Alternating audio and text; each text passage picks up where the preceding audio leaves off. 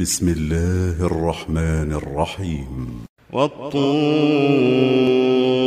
وكتاب مسطور في رق منشور والبيت المعمور والسقف المرفوع والبحر المسجور إن عذاب ربك لواقع ما له من دافع يوم تمور السماء